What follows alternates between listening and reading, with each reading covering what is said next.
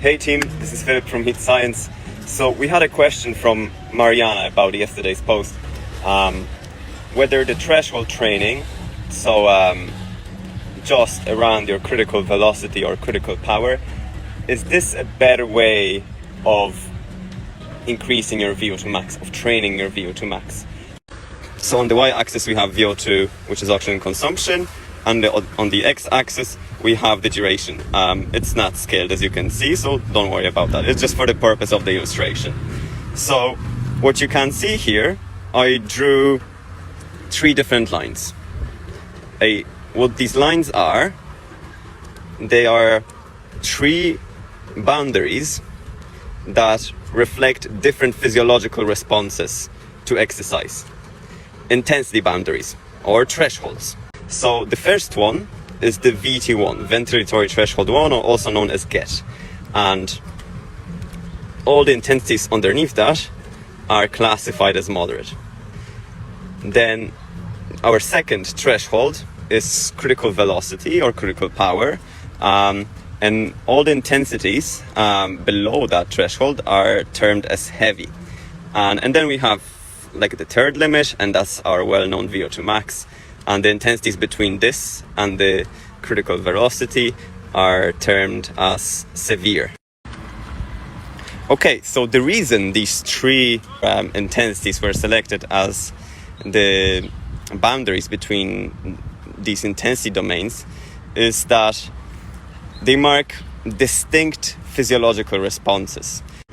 If we want to understand why these three separate different intensity domains, we need to understand the VO2 kinetics, so the trajectories of the oxygen consumption when we exercise. So as we begin to exercise, oxygen consumption increases very, very fast from the very beginning. What we call this is a fast component. If exercise is at a level that allows the metabolism to stabilize, that is, achieve the steady state, what we observe is kind of leveling off of the VO2, which we call the slow component. Back to our intensity domain graph, I drew three different lines of oxygen kinetics, and I color-coded them for each of the three domains: severe, heavy, and moderate. So when we look first at the severe domain, so above the critical velocity or critical power, so that intensity that Jones et al. Say, it marks the maximal metabolic steady state. So it marks that intensity where our body is able to stabilize the metabolism, achieve somewhat of a steady state. When we exercise above that, the oxygen consumption just goes up. What we see is only one component, the fast component, that's it. And that gets us to our VO2max quite fast, within minutes. When we look at the VO2 kinetics, when we exercise in the heavy domain, so below the critical velocity or critical power, after getting the fast component, the body achieves somewhat of a steady state and the oxygen consumption level is leveling off. So this is not very good representation because I ran out of space on my whiteboard that I rented from the lifeguards here at the Gold Coast Aquatic Center. But if you look at the figure from yesterday, the oxygen consumption is creeping up slowly. I assume that is why Mariana asked the question. Is the training under critical power in your heavy domain, but longer, a better way to improve your VO2max? And I will explain you why it isn't. So the research from quite a while ago, early 2000s, shows that the key objective of heat is to extend the time when our oxygen consumption is above 90% of VO2max. In this example, if we have an individual that has a VO2max of 6 liters per minute, which is quite good, he's doing quite well, the 90% of that would be the 5.4 liters per minute. So when this guy or gal, if she has 6 liters per minute, if she does, or him, if they do their HIIT training, they want to spend as much time as possible above the 5.4 liters per minute of oxygen consumption to drive the greatest adaptation from their heat training. So going back to our VO2 kinetics, we can play around with it, right? We have different heat formats to somewhat achieve the same thing. So I took two examples of quite well-known formats, which is, for example, our short heat 30 on, 30 off. And on this graph here, we have the VO2, oxygen consumption and time. So what you can see here, I color-coded for you the fast component, followed by the oxygen recovery when we rest, right? It comes down a little bit, and then we're doing another interval, and we get another fast component when we do 30 seconds of very, very high intensity. Our oxygen consumption does not stabilize, we just spike it up, and then we rest, comes down again. But then we spike again. Then we rest and comes down again a little bit more, and then we spike again, just with the fast component. But what you can see is that over time, if we are executing our heat correctly, our oxygen consumption steadily rises to the top, which would be our VO2 max. So then if I was to draw a line as our assume 90% of VO2 max, you can see that after some time you're spending a lot of time at that 90% of VO2 max where we want to be, even though we are resting in between those spikes. So then we have another method, which is our long heat training. And for this interval training, we're going to go back to our Jones figure. We are working at in this area between the VO2 max and critical velocity, critical power. This allows us to do, when we do our longer interval, we first get the fast component in black of the oxygen consumption, but then our VO2 somewhat stabilizes, right? When you're doing that 3 to 5 minute effort, you achieve that kind of a flow state, right? You're able to hold it for a while. You're not deteriorating as badly, right? Then you recover, your oxygen consumption comes down, and then you spike again, but not as much. You kind of settle in after that 90 seconds to 2 minutes, and you finish your interval, you come down again, and then you repeat that, and you come closer and closer to your VO2 max. So then if you were to draw like a line of your 90%, again, see, after some time, we are spending a considerable amount of time above the 90% of our VO2 max. So these are two different methods, or how Professor Lawson says many different ways to skin the cat, of achieving our goal of 90% above the VO2 max in heat training. Okay, so here is why the threshold training in the heavy domain, so whereabouts of the critical velocity or power, is not good for increasing your VO2 max. When we look at the oxygen kinetics, I color-coded it again for you.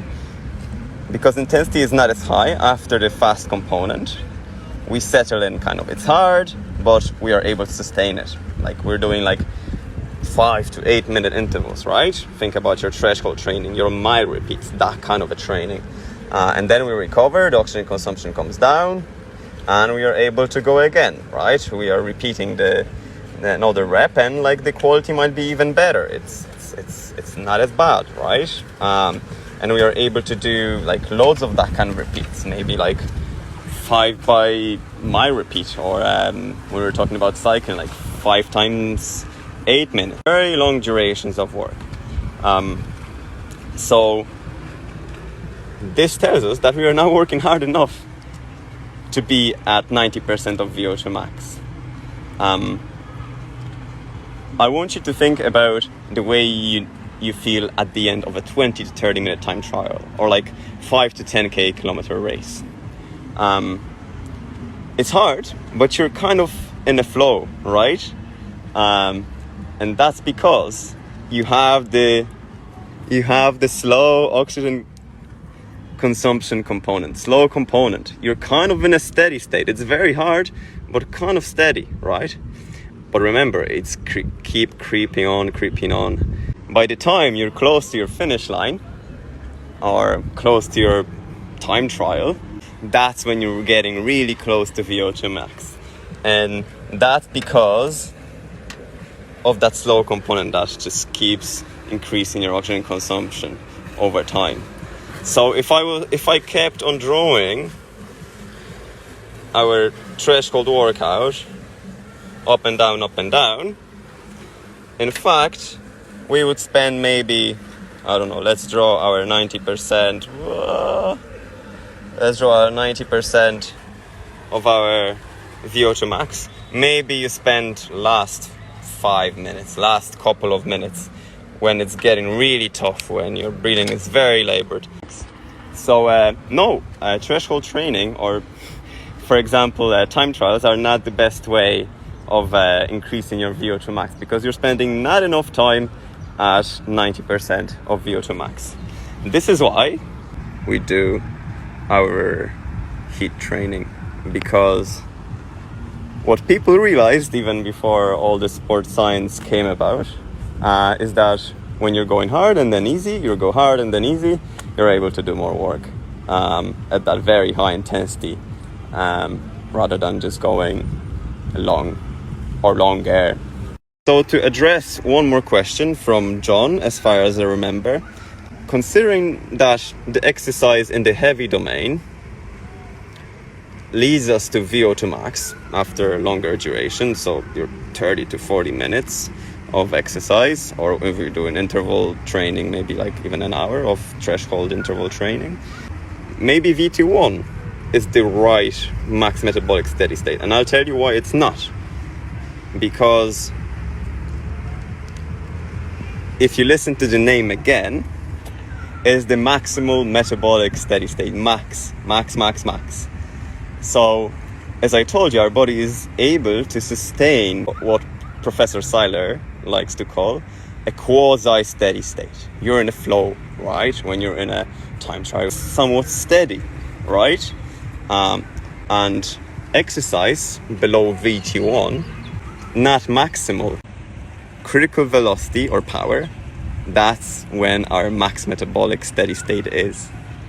But then, if you want to classify maybe what actually the first threshold means to us in terms of the physiological responses or training targets, that's our max sustainable steady state. So if you look at the oxygen kinetics of the moderate domain, we have the fast component, and then we have a flat line, truly flat line. We go on for a very, very long time. But unfortunately, we can't go on forever, because there are many factors such as your nutrition, your muscle glycogen, factors such as durability. So your first threshold actually is not always at this level. It's going to come down. So you have to be careful, because you can actually, even though you're working at the same intensity, same power or same pace, you can actually end up in here, in the heavy domain. If you enjoyed this kind of format of teaching or explaining, let us know in the DM, or reply to the story, and we can make it more of a habit. If you have any questions, I can try to explain them on Instagram story to any of the Heat Science posts, or anything from the Training Science podcast, or anything about the Athletica, the Heat Science training platform. So let us know if you like the Instagram story lecture.